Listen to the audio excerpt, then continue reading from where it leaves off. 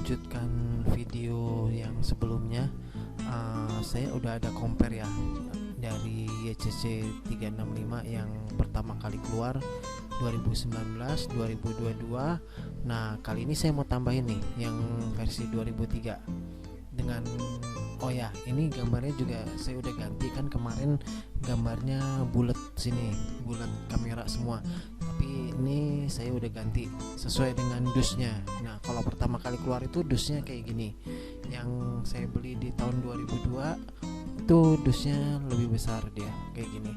Dan yang terakhir kemarin saya beli itu warna biru, ada gambar babynya. Nah, yang untuk yang ini V380 Inasmart dan Bardi saya nggak jelasin lagi ya, karena itu udah di yang video part 1 kemarin udah cukup lengkap. Kali ini saya cuma mau nambahin yang versi 2023, tapi tetap yang aplikasinya YCC 365, karena saya nggak mau pakai yang aplikasi lain lagi.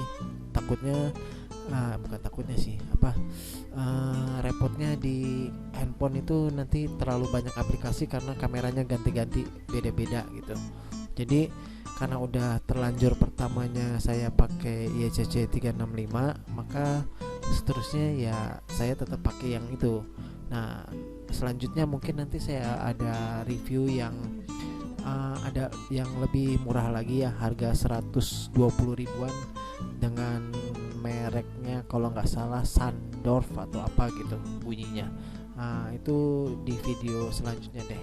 Nah, untuk kali ini saya cuman mau kasih perbedaan yang ini ya, antara 2022 dan 2023. Deskripsinya detailnya di bawah. Ini kalau dilihat dari kamera model itu tetap sama, Minion. Terus resolusinya, nah di sini dia bedanya.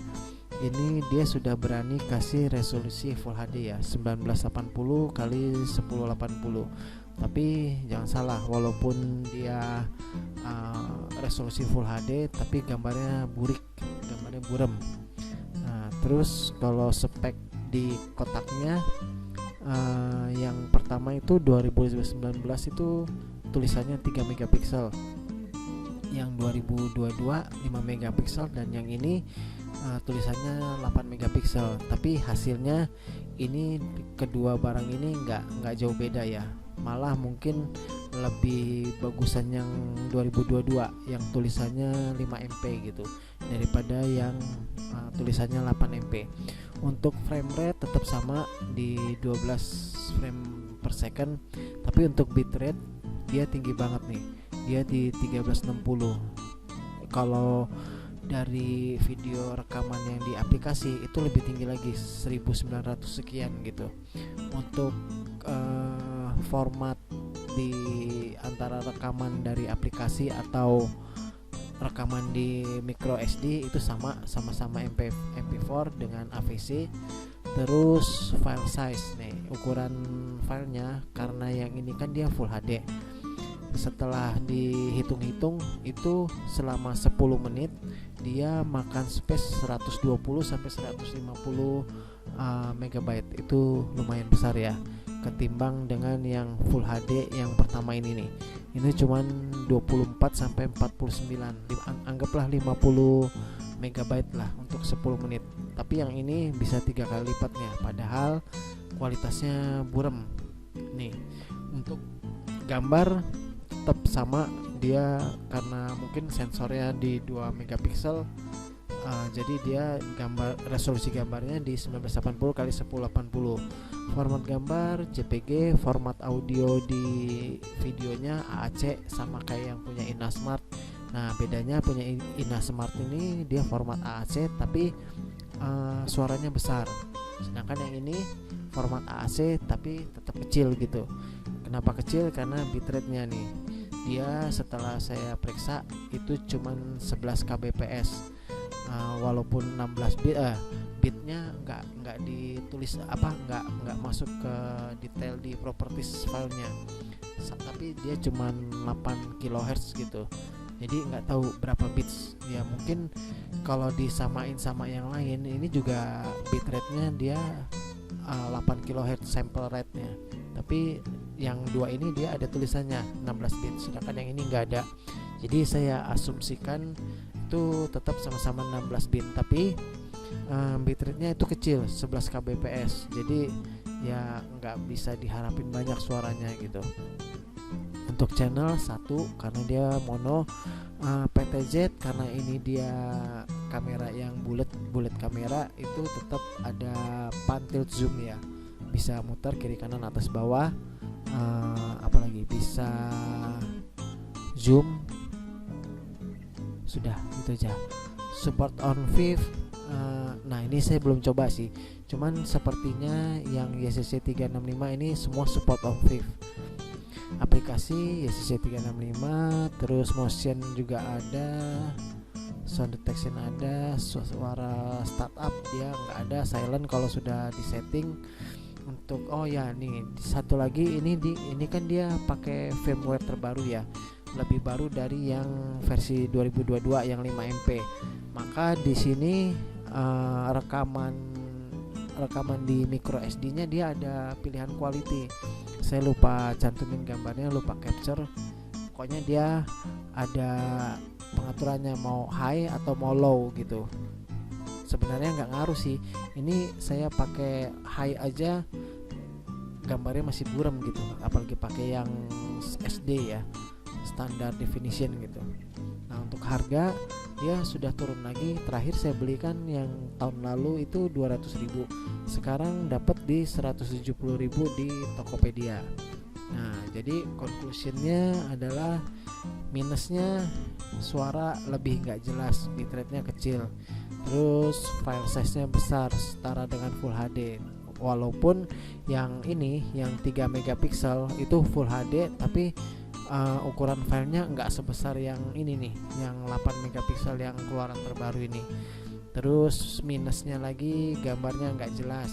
Sudut, nah ini dia, sudut ini ternyata sama dengan yang ini nih, sama dengan yang tahun 2022. Padahal jamnya ini, jam yang di pojok ini nih, jam tampilan jamnya ini sudah mengikuti yang versi pertama kali yang 2019. Maka saya kayaknya kena prank ya. Jadi saya tanya ke sellernya posisi jamnya seperti apa.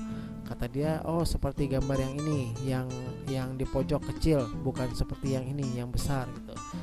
Saya pikir karena posisi jamnya berubah di situ, maka asumsi saya dapat angle-nya itu lebar 90 derajat sama kayak yang pertama kali keluar. Ternyata setelah dites itu angle-nya sama kayak yang ini nih, sama yang keluaran 2022. Nanti sampel capturean hasil di aplikasinya saya tampilin di sini ya. Nah, lanjut aja untuk foto, karena nggak ada tempatnya udah pindah, saya nggak tampilin lagi ya yang sama kayak yang ini, soalnya kan udah beda sudutnya, nggak sama lagi, jadi ya nggak relevan aja kalau saya tampilin. Tapi nanti saya tampilin di preview di capturean aja deh. Untuk infrared kayaknya sama, karena kemarin saya coba itu lumayan rata satu ruangan warna pancaran infrarednya. Nah untuk video record kita coba tes aja ya. Kita open. Ini hasil rekamannya burik menurut saya tuh, gambarnya penuh dengan bercak-bercak, seperti seolah-olah ini warnanya hanya 8 bit atau 16 bit warna gitu. Jadi nggak benar-benar keluar semua warnanya, masih belang-belang gitu. Sedangkan dia udah Full HD gitu. Tapi ini kalau dilihat secara detail ini itu jelek banget, kayak CCTV yang mode CVBS. CVBS itu mode TV lama gitu. Nah itu untuk perbandingan videonya ya. Kalau untuk yang lama nih, sebentar. Untuk yang lama yang keluaran 2002 masih bisa dibuka. Nah, walaupun frame rate-nya kecil, tapi gambar becak di dinding ini masih bisa ditoleransi ya. Beda jauh sama yang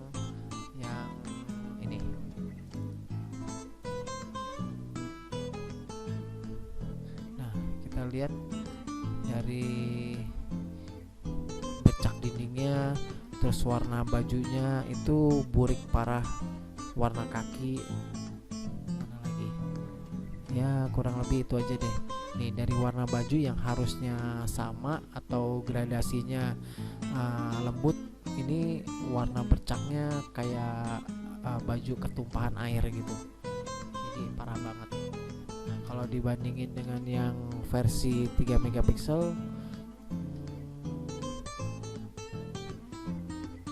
nah ini coba kita lihat di temboknya nih ya, ini smooth banget, gradasinya smooth, nggak ada bercak-bercak kayak panoan gitu. Terus warnanya juga ya natural lah. Memang yang ini warnanya ngejreng sih, semua warna kontrasnya tinggi, warna merah, warna biru, warna hijau, warna kuning itu kontrasnya tinggi. Cuman ya itulah, gradasi warnanya nggak banget gitu. Nah, terus untuk perbandingannya ini saya sudah sempat capture, kok nggak keluar. Nah, ini yang versi 2022, ini saya pasang di kantin, posisi jamnya ini dia hampir setengah layar. Nah terus yang baru yang saya beli kemarin, yang kata sellernya itu jamnya kecil. Oke, benar, jamnya kecil. Di sini ternyata sudutnya ya nggak jauh beda. Ini di pojok ini ada pot, ini juga ada pot, sampai ke botol paling ujung ini juga botol paling ujung ya. Ini posisinya hampir sama, saya taruh bersebelahan gitu. Oke, ini sudah. Terus ini apa nih, coba yang ini. Nah ini saya udah modifikasi lensanya, jadi di depan lensa kameranya itu saya tambahin lensa wide yang ada di Tokopedia yang harga 10 ribuan itu, yang ada 3 in 1, fish eye, lensa wide sama makro. Nah jadi hasil akhirnya itu kurang lebih kayak gini nih.